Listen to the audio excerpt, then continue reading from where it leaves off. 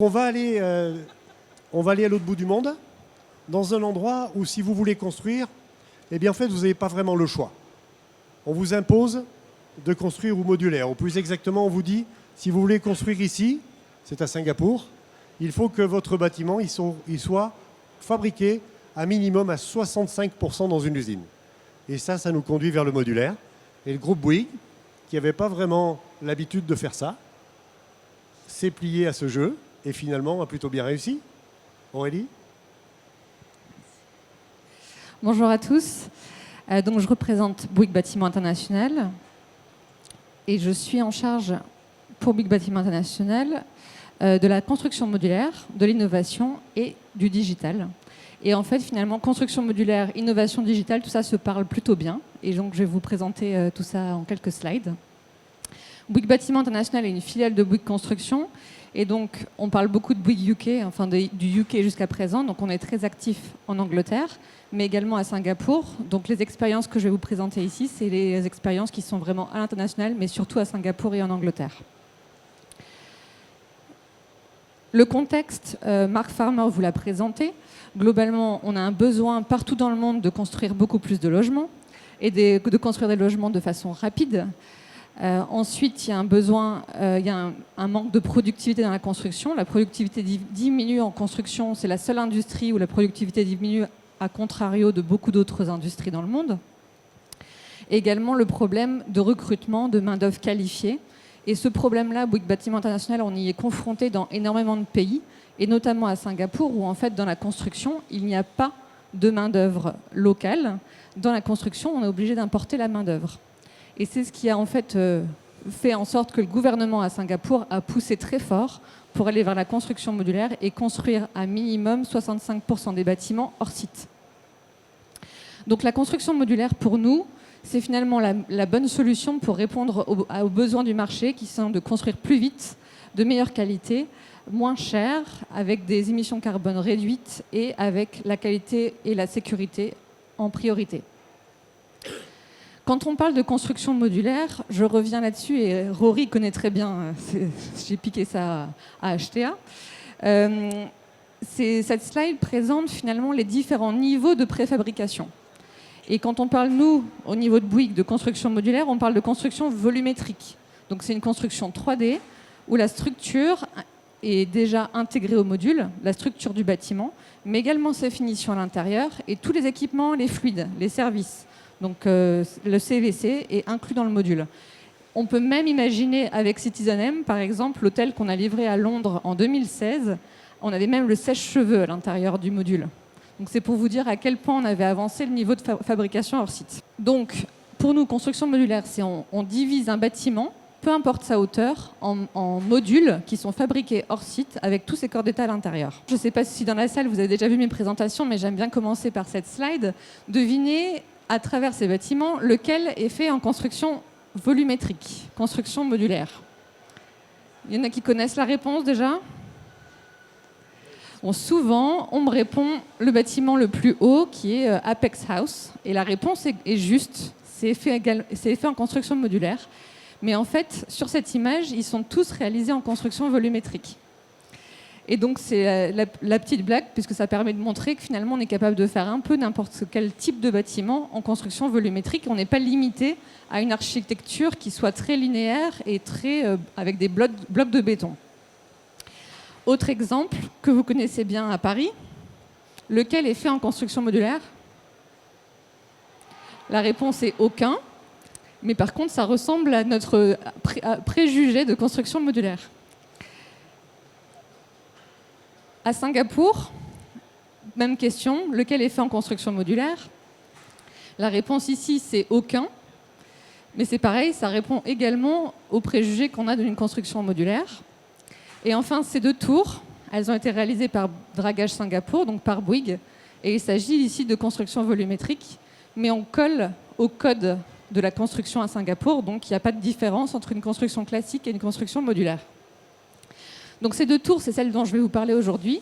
Il s'agit de Clément Canopy, 2 tours de 40 étages qu'on a livrées en décembre 2018, donc fin de l'année dernière, à Singapour. Les grandes promesses de la construction modulaire, donc construire plus vite. On parle en général d'une une réduction de temps de construction entre 30 et 50%. De meilleure qualité, puisque l'intérêt, c'est de construire dans un environnement qui soit protégé de l'humidité, des intempéries. Donc on peut avoir un niveau de qualité bien plus élevé. Au niveau du coût, également, le fait de réduire le temps de construction a un impact conséquent sur l'ensemble du business model du projet. Donc on arrive à avoir un projet dans sa globalité qui revient moins cher qu'un projet classique. Safer, parce qu'on a, grâce à de la construction hors site dans un entrepôt ou dans une usine, on construit de plein pied, donc beaucoup moins de risques de chute de grande hauteur et des conditions de travail bien améliorées. Et enfin, l'aspect green, celui-ci, il repose surtout sur la réduction des déchets, puisqu'en industrialisant et en prédécoupant un grand nombre de matériaux, on arrive à réduire le déchet de façon conséquente. Ensuite, le sujet du CO2 vraiment lié à la construction va dépendre des matériaux utilisés, si on est en métal ou si on est en béton ou en bois. Voilà un peu un programme classique. En gros, on commence sur chantier, en même temps les fondations, qu'on commence hors site les modules. Et finalement, une fois qu'on a fini les fondations et le podium, les modules arrivent tout finis. Et donc, sur un même temps de cycle que le gros œuvre, on va construire le gros œuvre, les finitions, les fluides en même temps. Donc, c'est là que se situe tout le gain de temps. Et donc, le temps, c'est de l'argent.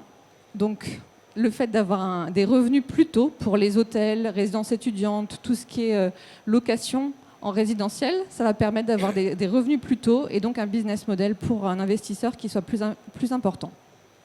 Au niveau de Bouygues, on a donc mis en place une équipe dédiée modulaire pour pouvoir travailler à la fois en études de faisabilité, en design, en conception, en construction et à l'installation des modules.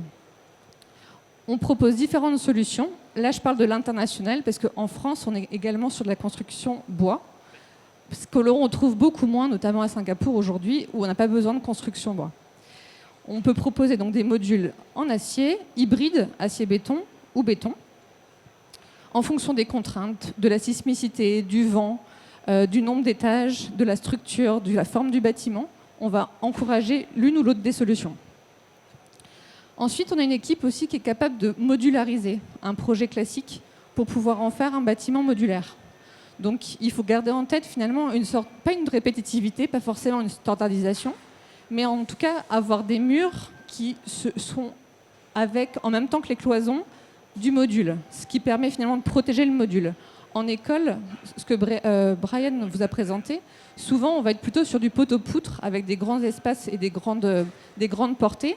Nous, ce qu'on regarde surtout sur la partie résidentielle et résidence étudiante, c'est un module, une pièce ou un module, 2 pièces. C'est ce qui est le plus optimisé. Et ensuite, à Singapour, on a été amené à construire les modules nous-mêmes. Donc à changer finalement la façon de faire. Au lieu d'être un contractant général qui a des sous-traitants, on s'est retrouvé dans la situation à devoir construire les modules et à prendre la responsabilité de ces modules nous-mêmes, puisque l'ensemble du marché à Singapour se transforme.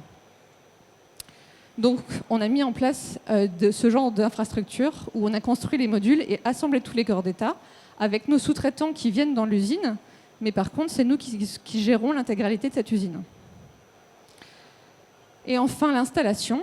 Donc, en construction modulaire, et notamment à Singapour, les modules sont très lourds. On parle de modules qui sont entre 25 tonnes et 32 tonnes. Donc, c'est des belles bêtes ensuite pour les monter. Vous voyez les grues qui sont là, c'est des grues assez costauds. Et donc, ça change également les besoins en équipement du marché. Donc, Singapour est en train de se transformer à ce niveau-là. J'ai une petite vidéo, je pense, de 3 minutes.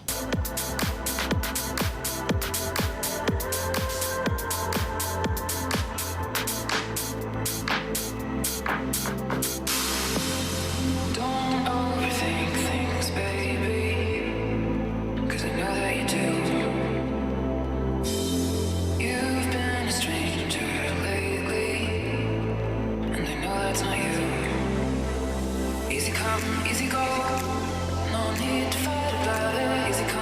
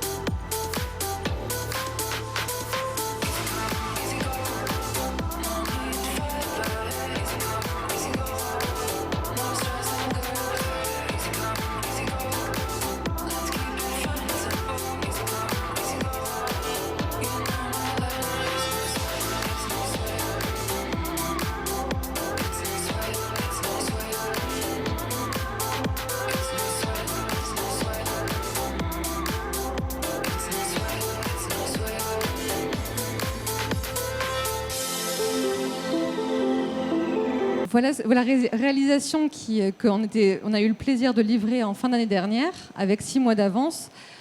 Ça a été pour nous une vraie courbe d'apprentissage, puisque forcément on a dû inventer le mode constructif en même temps qu'on répondait à l'appel d'offres.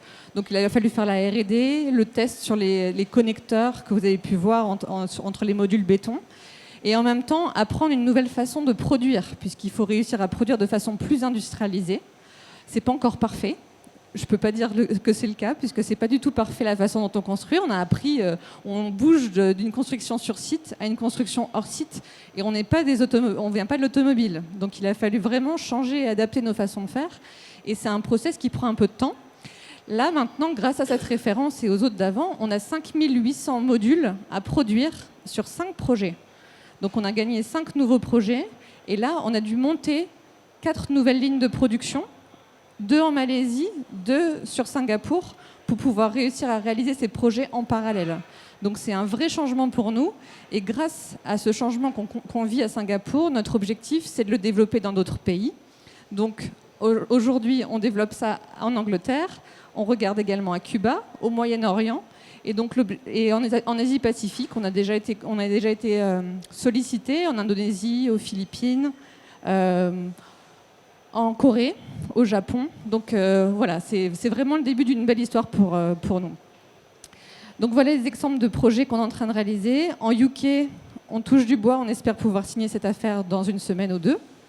Et pouvoir réaliser ces modules, ce sera le premier projet pour nous en modulaire en UK. Et les différents challenges que je voulais partager avec vous, ils sont nombreux, puisque c'est un changement complet de la façon de procéder. On a parlé de Design for Manufacturing and Assembling, ce qui est exactement le sujet au cœur de la construction modulaire. Finalement, pour pouvoir faire de la construction modulaire, pourquoi on en fait aujourd'hui, alors qu'on en faisait déjà il y a 50 ans, pourquoi aujourd'hui ça devient si critique? C'est parce qu'on a les outils digitaux qui vont nous permettre de mettre tout ça au point. Donc, on a tous les sujets liés au BIM. Donc, vous allez retrouver la coordination complète de la maquette en BIM. Mais après, l'enjeu, c'est comment réussir à aller du BIM à une Bill of Quantities avec le détail qui va jusqu'au clou et à la vis, des quantités de matériaux qu'on a pour chacun des postes, pour ensuite automatiser les achats. Et quand on regarde un projet tel que Canterbury, résidence étudiante, on a l'impression que tous les modules sont presque les mêmes. C'est faux. Si vous regardez les 2 tours de Clement Canopy, on avait 22 et 26 modules différents sur un même niveau. Ce qui faisait la répétitivité, c'était le nombre d'étages. Sinon, ils étaient tous différents. Et si vous regardez un projet comme celui-ci, entre les sujets d'acoustique, de feu, de structure, les configurations de pièces, on a des studios, des chambres classiques pour étudiants, des escaliers, des ascenseurs. Vous allez les retrouver avec plein de configurations. Donc on a des châssis de voitures qui sont à peu près identiques, mais ensuite les configurations, on en a plus de 200 pour 400 modules. Donc finalement, le digital va être au cœur du sujet pour réussir à intégrer toutes ces configurations et à les standardiser, la conception et la production. Donc automatisation des plans, génération de bill of material, créer une librairie de composants comme on le retrouve dans l'automobile. Donc ça, c'est le premier enjeu. Et le deuxième, c'est le process en usine. Et donc, ce qu'on a mis en place sur Singapour, c'est une sorte d'écran de contrôle avec le suivi des tâches en temps réel. Donc, chaque tâche sur chaque module, comme on le ferait en ligne, un ligne très poussé sur chantier, ben là, c'est du ligne en usine où chaque tâche est monitorée pour avoir son progrès en temps réel et ainsi avoir un écran central qui nous donne le progrès jour par jour. Voilà, le début de la révolution de la construction. Donc, si vous avez des questions, je suis disponible après. Merci. Merci Aurélie.